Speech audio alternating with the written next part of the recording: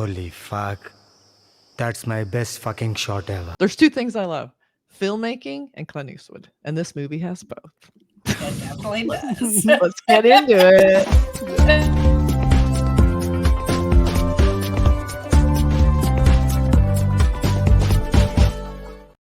Welcome to Cinemondo with Kathy and Melanie and Amit. Melanie's back. I'm back. Hey, sounding a little hoarse from my week-long COVID, but I'm back. Even COVID can't keep us down. So finally, now that it came on streaming, I got Kathy and Amit to see Jigarthanda DoubleX.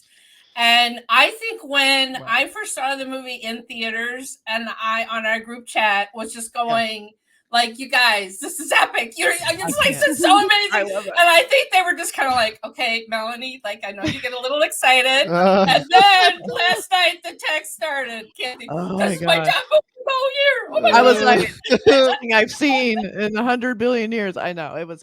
I mean, to start off, just initial thoughts, so we can get to our real review later. Say this movie is about everything I love about filmmaking. And I think that's why when it starts kicking into gear, I see this whole new perspective and attitude toward films, which are like so important to me. The icons of film, as we know, is in this, and just the tricky, real, not real, how film can impact real life in major ways. So that just gives me goosebumps, and it always has. And this movie did everything.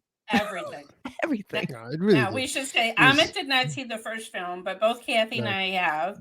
And when you have what is known as an iconic film, which was the first Jigarthanda, and it is like this cult classic that everybody recognizes so great, and to surpass it. I know. To surpass it in the second film is truly amazing. Yeah. It's just, it's similar themes, but yet it's more. It's even more. Yeah. Deeper, bigger. It really is iconic, because I remember looking it up a little bit, and I think this movie's been remade into like every single language. Like it's not DoubleX, the one that just came out. Right. But the first one is really iconic in that it got made in Canada, it got remade in Hindi, it got remade in Telugu. It's in every sort of language. So they really hit it out the park with that first one.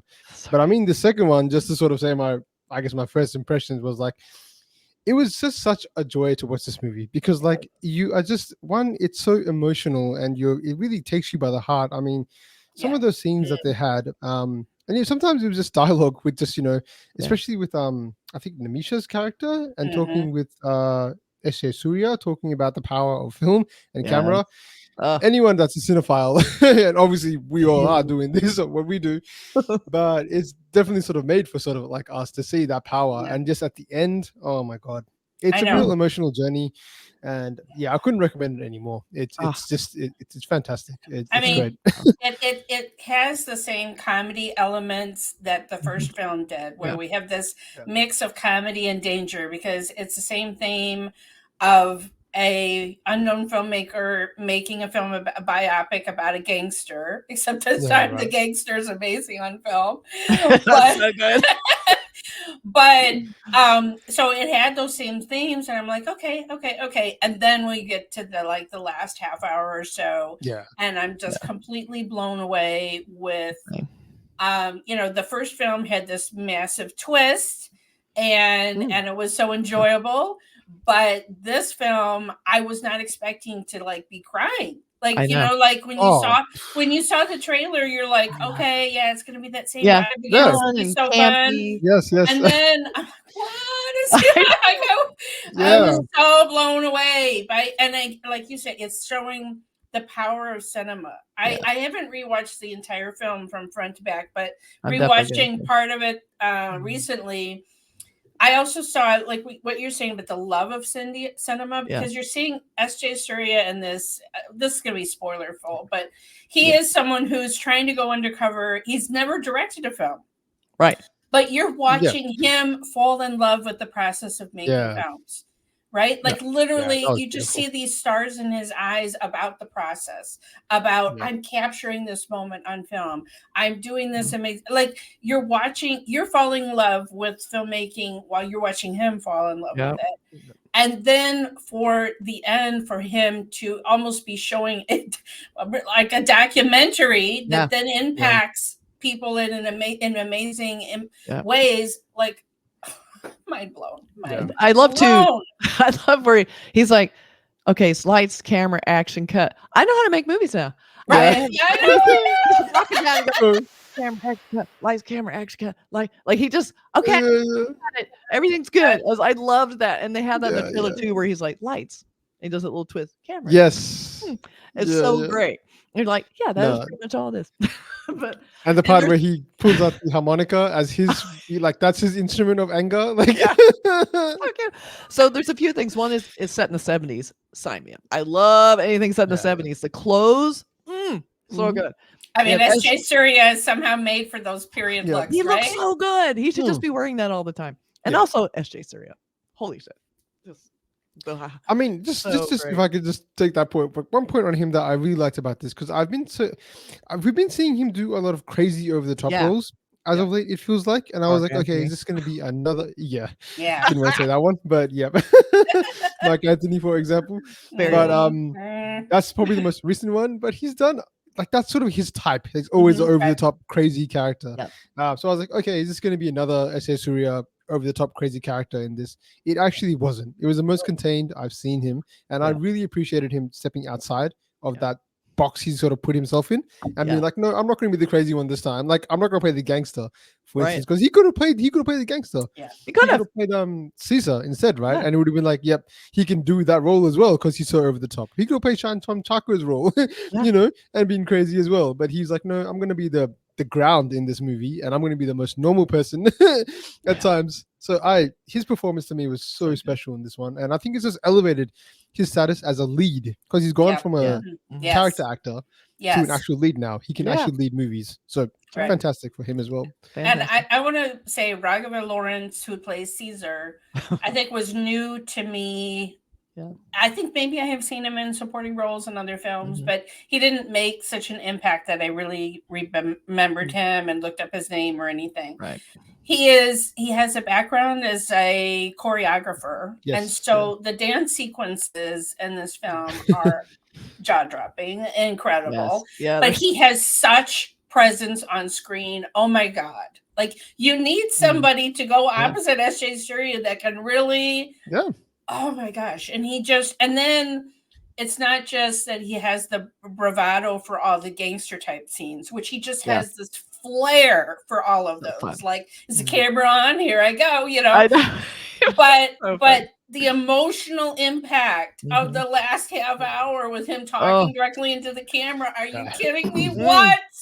So great.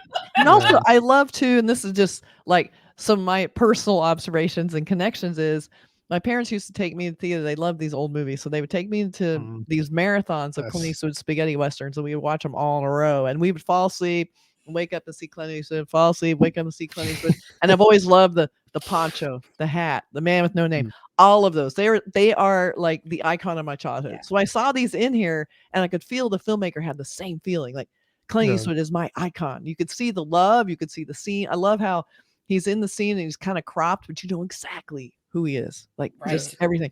So, and I love the film just being played on top of the character, dressed like Clint Eastwood. Like, everything back gives me goosebumps because it's like, oh, he understands the power of those spaghetti westerns.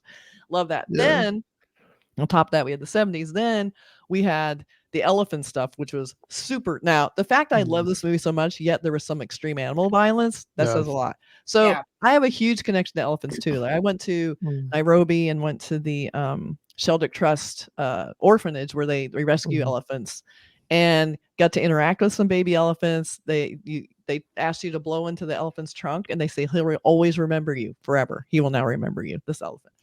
I love that. Wow. They're so emotional, incredible, emotional, spiritual animals. And I love in this movie that they bring that to it. Like the natives were there going, we live peacefully with the elephants. They are part of our, they're part of our spirituality. So when these poachers come in and then just it makes me want to cry thinking about it, the poachers, because this is happening in real life and it's happening in this movie. They're killing all the elephants because they want the ivory, which, oh God, please. So that was really powerful and horrible. So the fact he was able to bring and wrap that in and have this incredible spirituality of the elephants. When that baby elephant was born, I was gone. I was like, oh my God. And the music is so amped up and like so powerful. Just that cycle of life and how it's still happening. And there was a moment of hope. And then you have the main elephant that's kind of almost like a spiritual shadow in this light that they keep showing. Like you're not even sure. Is it a real elephant? Is it the spiritual like kind of protector? Like I love how you weren't totally sure, but they had this just incredible, powerful elephant emotion in there. Oh my God. This filmmaker loves everything I love. I was like,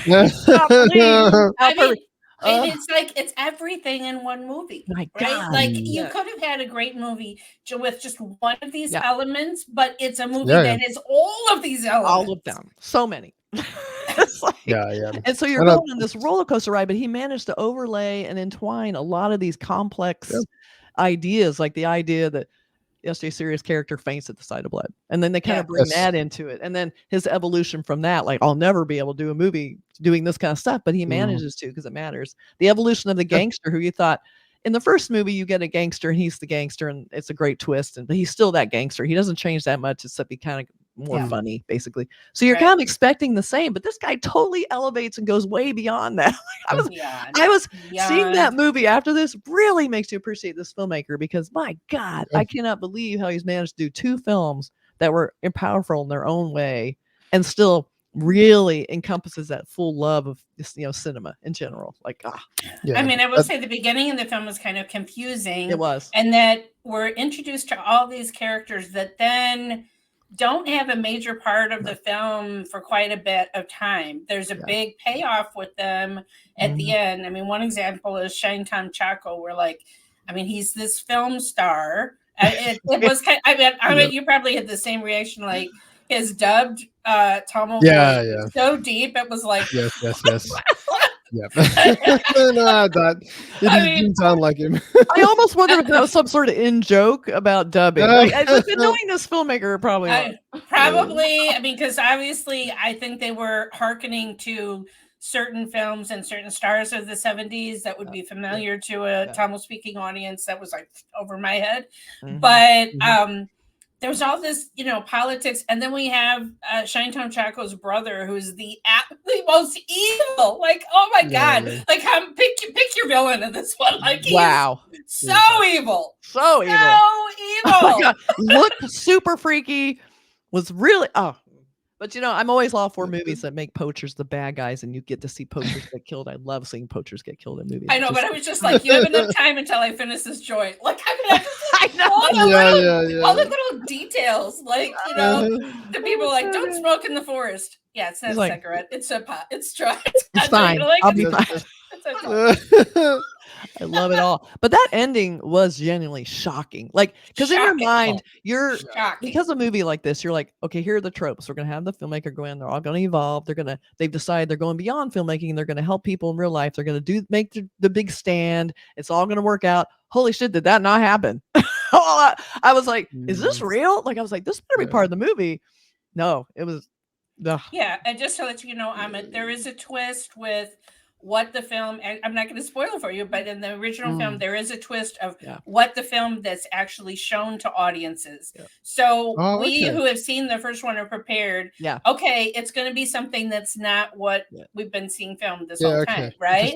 But completely opposite. I was blown away that he went there. And like, oh my God, I can't believe they did that. Like, it's hard to watch at times. It was very hard but I mean, what you guys just said is basically exactly what I love about the movie. In that the character development in this movie is so great from both the characters. Like, both are fleshed out, fully formed characters, and I love the parts that they both take individually. Like, S.J. Suryah's character sort of has to come to the terms with the fact that he had this dream of being a police officer, but he couldn't do that because he can't even see blood without having a seizure. It's kind of a prerequisite to sort of be a police officer. So then, in time, but even after because he has an awesome scene where he's talking with his friend on top of the rooftop, and he's saying, like, I felt something when I sort of, when I captured that. Beautiful moment, and he's still not convinced. He's like, no, I have to be a police officer. I have to be a police officer. Until he sort of sees the power of it when he goes to the tribe and the people, and they start to show him, like, you have the only weapon that doesn't hurt us. This has the power. And they have so many lines like that that keep going. And on the other hand, I love the gangsters, like Caesar's sort of development too, because it is very like it takes a long time for him to get there, and it takes a lot of people to get him there. Yeah. It's not Yeah. easy. Like his wife has to come in and be like, "Look, the elephant's there to help you. You Yeah. have to go back to your tribe." The father has to break down in front of him. Also, what an awesome performance by the father in that short little role. Yes. Like when Yeah. he's just breaking down. good. Like there's so many small things about this movie which will probably just get missed because the overall picture is so big. The whole story with like this is our land and we're not leaving this land, like no matter what, we'd Right. rather die here than get taken away. Yep. There's so many parts that you can resonate with this movie in so many different ways. If you're a movie lover like us, you resonate with the cinema side. If you're from the place, you resonate with the land. Yeah. Resonate with these characters. There's just so much to like about this one. And on top of that, it's just a visual feast, cinematic feast. Like, I mean, that like I hated the fact that they were getting shot, but the way they shot down. Like, I mean, down. like the way they were basically just feels like, you know, looking the gun straight, you know, down the barrel and just drumming away. What a powerful scene that was. Like, it's just like, Incredible. we don't care what you do to us. We're Nope. gonna just take this. We're gonna die here. Yeah. And it's just hard to watch, but the courage that you have and the loyalty you have to your land. Yeah, it's the stuff that gives you goosebumps, gives you chills. It's a beautiful movie. Yes. I mean, Karthik Subbaraj has made some incredible films, but this is just so beyond anything else that I've seen him do. And how, like you said, bringing in all of these, not just fun elements and not just love of cinema, but just really heavy, weighty themes that I'm not sure that he has dealt with to this extent before. So, I mean, his silent horror film Mercury is about, you know, chemical pollution and whatever. We still need to get Kathy to watch that little bizarre film. But I mean, it just blown away. And you could just see the love of cinema. It sort of reminds me of Quentin Tarantino, right? Yes. Where there's just so many homages to things from past filmmaking, but with love, with affection. You know, not like we're making fun of all of this, but we're showing this with love. And I'm sure there's so many references that Tamil audiences are getting that, like I said, I'm not getting references to. I'm sure it's certain scenes, like at the beginning, there's like some competing films, and I'm sure those are kind of play on real films that were competing or something.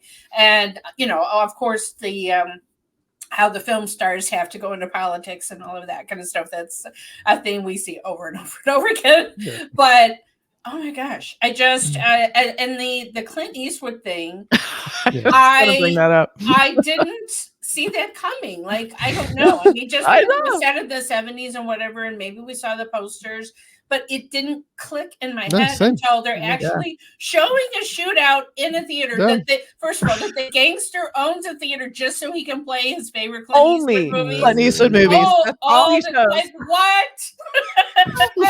And like, too, he has a big scene, and he has a moment where he comes out during the scene dressed like Clint Eastwood. Right, I mean, he shoots on the exact moment that Clint Eastwood does. It's so like he can't just do it; he has to do it with panache. Oh like, my god! I know. Oh my gosh! And to have Clint Eastwood actively integral to how this whole thing happens, that he's the one that gives him the name Caesar. He's the one that hands him a camera that he thinks is a gun, but is gun.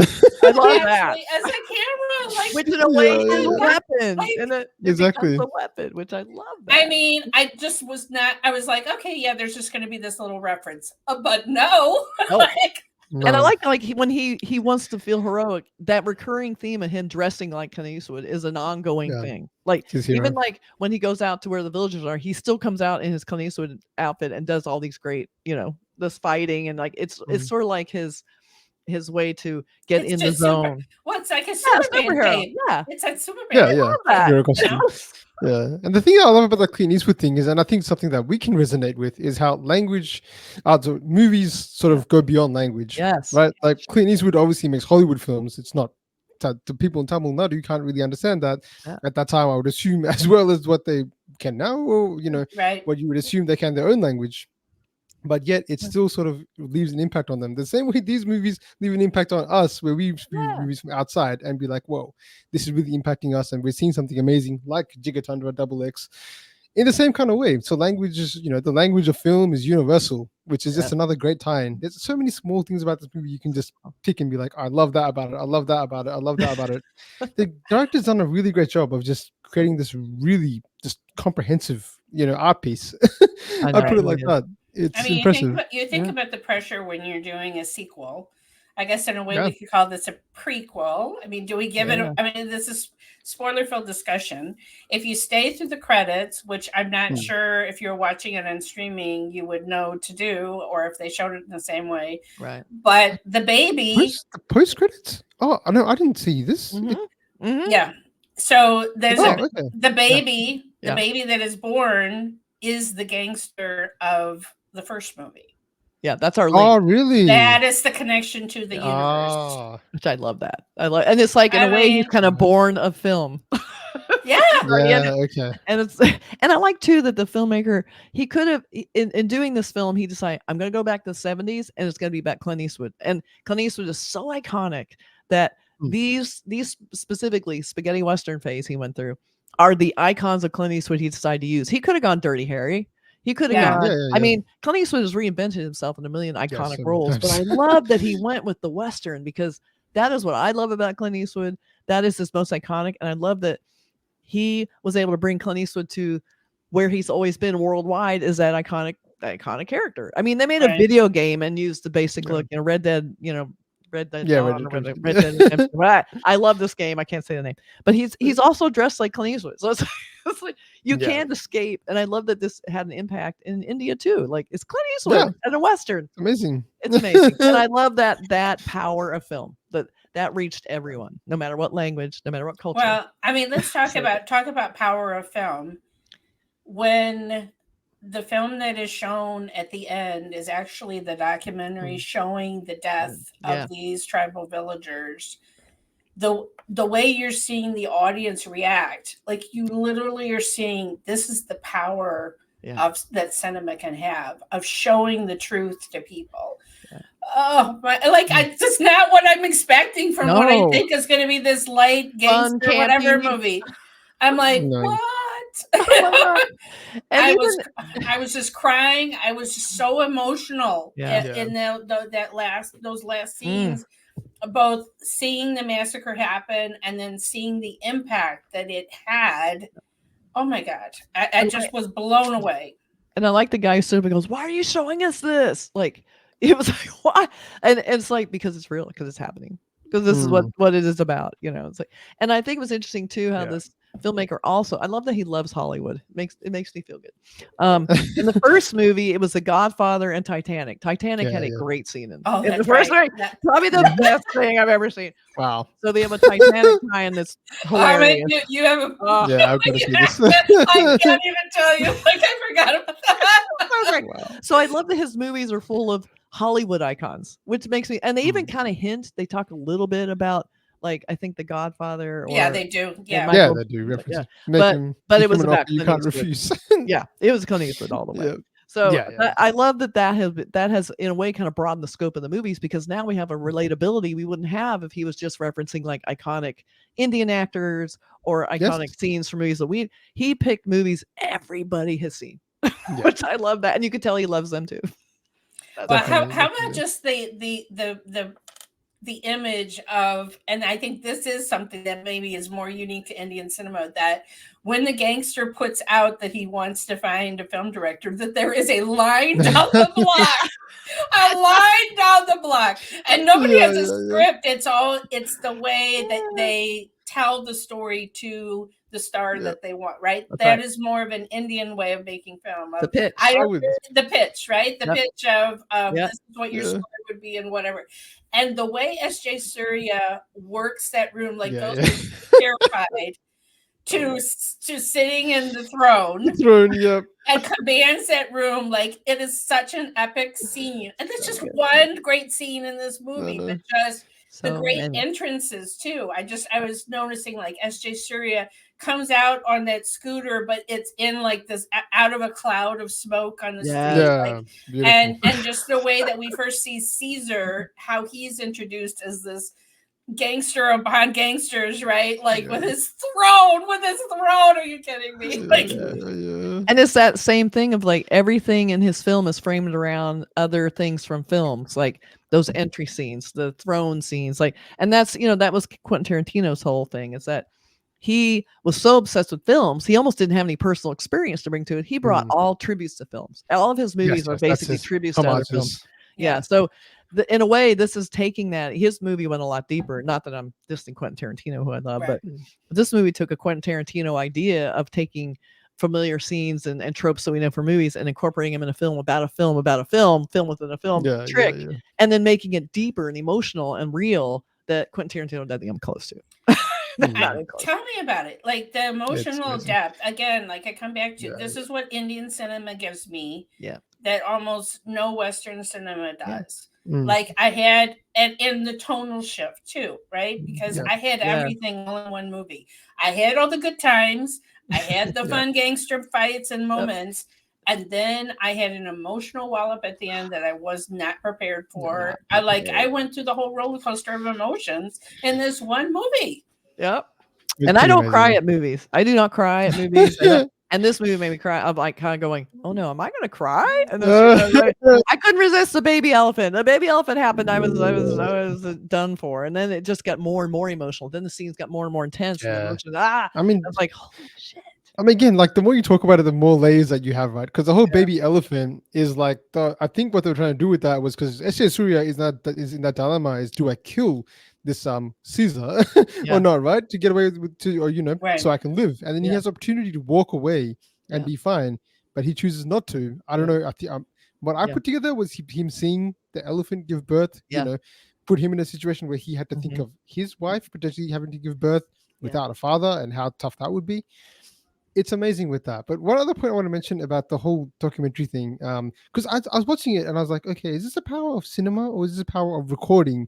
I had that sort of question in my head. Interesting. At the end, because he's recording it, but how's they going to translate this to become the power of cinema? So what they did at the end was so brilliant because like it's different. It's different seeing raw footage of people die than actually seeing a movie.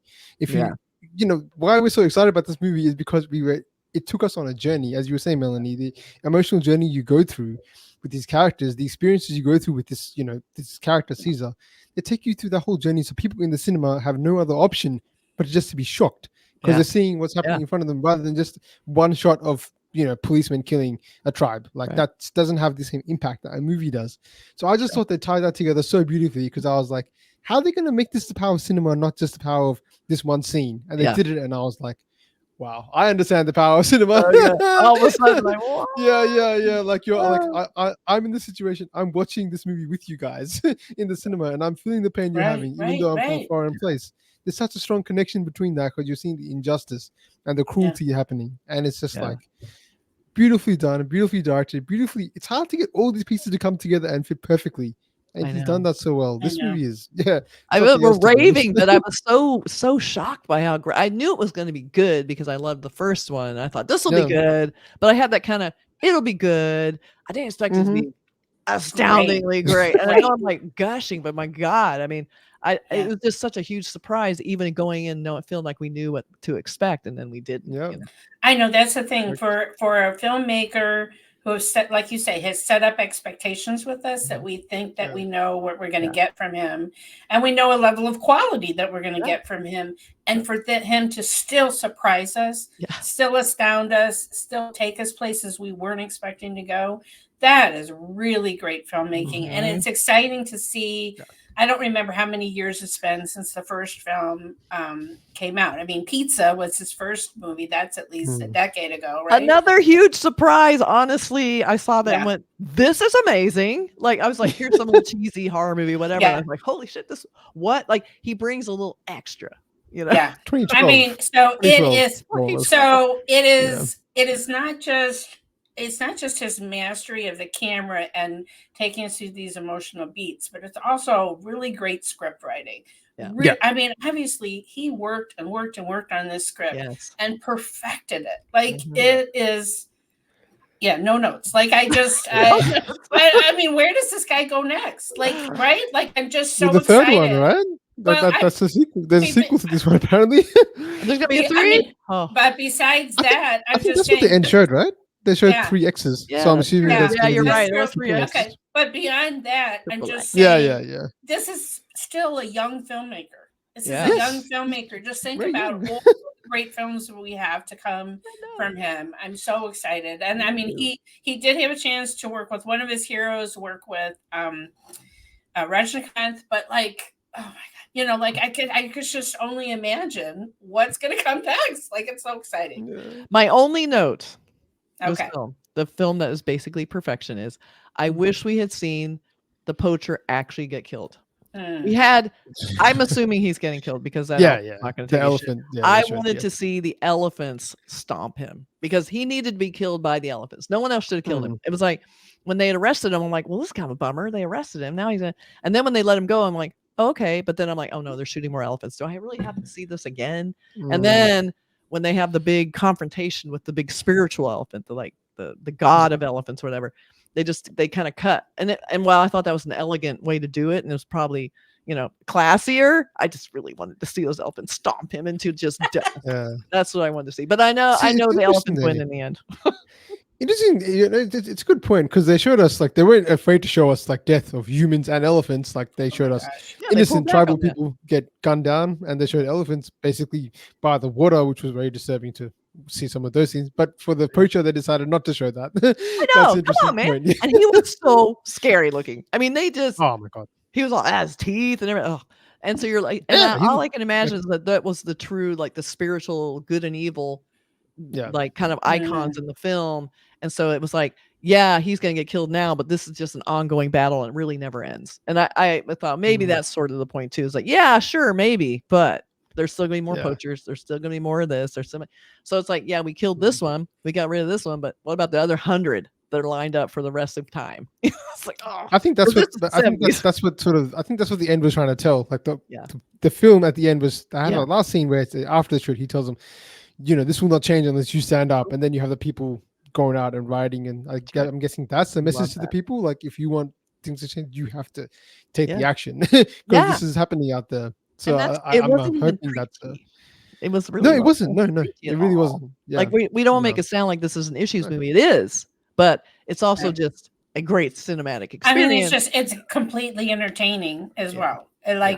It's not one of those, you know, just a spoonful of sugar with your medicine. Like it's so entertaining for the entire movie, and then you're surprised that it has the depth that it does. And then you really care. You're like, now I wanted, like, this movie took me through all these people going through all this stuff, and now I want to do something. What can I do? It's like, well, there's a lot you can still do because this was set in the 70s and this shit's still happening. So contribute to all, and I'm going to provide a link to the Sheldrick Trust and to some elephant, you know, because that needs to be done. So if they are going to do XXX, what the heck is he going to do next? Like, what time period even is it going to be? Wonder if it could be more futuristic, like a sci-fi. I don't see him doing sci-fi, but it would be fun. I'm trying to think, what are the icon? We had gangsters, we had westerns. Yeah. What's the next like genre that he could skewer? And I'm trying to think too of like Quentin Tarantino, like he did kind of Small Time Hoods and Reservoir Dogs. He did Pulp Fiction, which was like more like the kind of idiotic organized crime. I don't know, maybe a Prison Breakout or something. I don't know. something out there. Oh my god. Yeah. He's gonna find a way to sort of change niche a little bit, I guess, and also keep the same links to the same kind of style. Yeah. It can't be like so dissimilar. I think it can be stylistically, but it'd be cool to have the same kind of story because I'd love to see a little bit of camp. Yeah. Maybe a bit more of that. But yeah, we should have him on. Hey, let's talk to the director. Yeah, easy. Someone said you guys should interview him. I'm like, yeah. Well, not really in my control, but yes, I would love to talk to him. Let's talk about. We've talked about the men so much, but I want to say Nimisha, who Amit and I are very familiar from her amazing performance in Grady and Dan Kitchen. Oh, how excited was I to see her in this film? And she is a force of power. So good. Okay, like Andy and I have been watching these movies with very passive heroines, and we were like, oh yeah. It's like, so refreshing to see him. Nimisha is not going to take anything from it. Like, no, I mean, amazing. It was good. She's a fantastic actress, and I'm so happy she's getting so many more opportunities because there was another movie that I saw with her recently this year with Tavino Thomas, and it was an amazing movie. Oh. Let me just quickly get the name because I really want to mention it. Sorry, Okay, take Kathy. your time. We can edit. We can edit. Yeah, so she did an amazing movie called Adishya. Jala Kanangal. Okay. It was an amazingly mind-blowing movie. It's definitely a very different slow burn kind of movie, but her performance in that, along with Tavino's, is just so special. And of course, now I see her in this, where she's just playing like probably one of the most fiercest characters in like the whole like setup. Like she's probably the strongest, I think, and she's like her voice carries so much strength compared to sort of Caesar's, despite him being all macho and shooting people. Like when it comes to her, he's nothing, you know. She's like you're doing this at my ceremony. What? Yeah, exactly. And I like he seemed kind of cowed by her too. Like correct. I love that. She provided the wisdom and the strength, and really, I wish they had actually fleshed out the dynamic between S.J. Suryah's character and Nimisha a little bit more, because I really liked that sort of bond that they had. Like it was kind of like she called him brother, and that was like a nice little scene to be like, all right, this guy actually has a power. It's like she could see what S.J. Suryah could do before anyone else could. Like she saw this guy has a camera, and he's the one to get us out of this. Not any of this macho bravado stuff. It's going to be this guy with the camera. He's the most important person in the room right now, and I just love that performance. Knocked it out of the park. It's I was so happy to see her because seeing a Malayalam actress have such a big role. But Tom Tucker was there, but he was really just. I mean, he was to the side. Like I think they could have got anybody. He definitely was to the side, and I sort of felt like they wanted somebody that can just kind of play that kind of crazed, intense, a fury or whatever, on screen. And he was kind of one note, right? Because that's really like, this is your slot. This is what we want you to do. Okay. And for both Amit and I, it was just like, oh, that voice. Like, the voice kind of threw me off too. Oh, that's right. Yeah. You know, it'd be great, actually, mentioning her. He should go back in time more versus forward. Go to the 60s and have it a female filmmaker. And make it a 60s genre kind of dirty, was it Dirty Harry, Crazy Mary? Like make it kind of a crazy road picture with I would love it. You hear that? That'd be pretty cool. Take a female filmmaker would be a great way to totally evolve this whole series. Love it. Definitely. Anyway, some great performances. I don't think there was one bad performance in this movie, whether you're in the movie for 2 minutes or you're in it for like the whole thing. Like, I mean, you guys were talking about some of the line. I would have loved a spin-off, like deleted scene section of just some of the movie pitches that they actually had, and just to hear them, because I was so like, what's this guy talking about? I'd love to sort of see this story and what he wants to do. That'd be a fun promo, just a bunch of shorts of these guys' pitches. See that as just part of their promotion. I'd love that. You think which pitch you like better. It's good. Yeah, I can't say enough about this movie. I loved it. I want to shout it from the rooftops. I want everybody to know that this is the best movie of the year. And I throw it out to people at work. I'm telling people, my friends, and they're like, what's it called? I'm like, no, trust me, watch it. And I'm like, please get past the fact this has subtitles. Please get past the fact this is a movie film. Just watch it. The great thing is that in the US, it's on Netflix. Yes, and so I was so pleased that it's not like on one of the smaller streaming services. Yeah, it's going to get there. Thank God. I mean, this is just powerful film. And I'm, to me, I would say this is our Oscar nominee right here. This is what I would be recommending as our Oscar nominee. Just telling you, as an Oscar person, please submit this film. People would love it. Definitely has a potential. I mean, that would be really meta, because the whole thing with S.J. Suryah is trying to make an Oscar movie. So if this becoming an Oscar movie would just be crazy. That would just be. Can you imagine? What if he went to the 40s and did a gangster movie from that? Old school Tommy guns and stuff. Like, come on, man. There's so much he can do. I mean, I know he doesn't want to do this forever, like do these, but still, please do them forever. I'm just asking. Please do them forever. So any final thought, how would you pitch this to make people watch it? What would you tell people about this movie to get them to watch? So I think the easiest way is if you have any friends, if you're listening to this, you're obviously a cinephile. You obviously love cinema because you are happy to listen to 3 people talk about movies for 40 minutes. So you must like movies a lot. So if you have anyone else in your circle that loves movies, then you have to pitch this to them first, because this is a movie made for movie lovers. Like the reason why you like movies, if you think about it, is due to the emotional connection, the messages you get out of them, the experiences you go through, and the conversations you have, like the one we're having right now. That's the beauty about cinema, and that's the beauty about this movie. It leads to all of that. So yeah, I mean, not just that it's entertaining, it's fun. If you haven't seen Tamil cinema before, it's a great intro, I think, as well, because there's enough Hollywood references for you to sort of understand, very like what you accessible. mentioned before. Whereas, like Mark Anthony, I hate to bring that movie up in this conversation, but that apparently had too many Tamil references, which went over our heads. Right.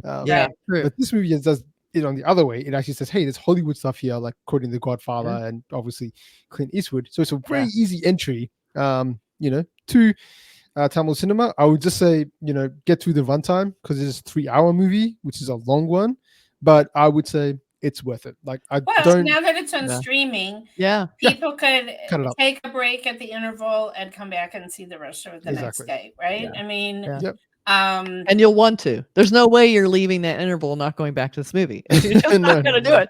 It's like, in fact, I don't know if people would even take a break after the interval. But I'm just saying, now that it's on streaming, I think it is an easier sell.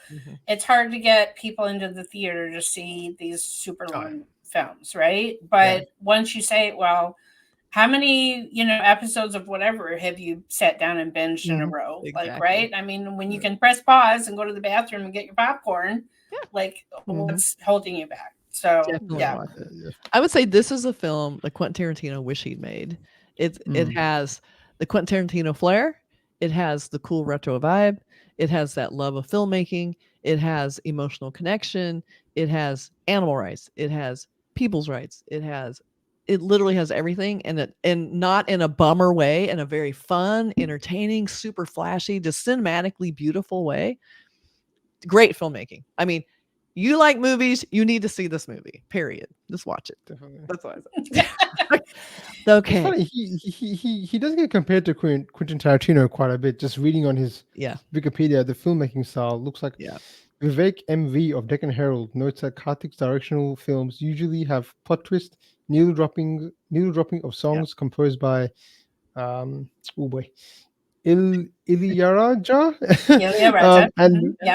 and flamboyance inspired by Quentin Tarantino films.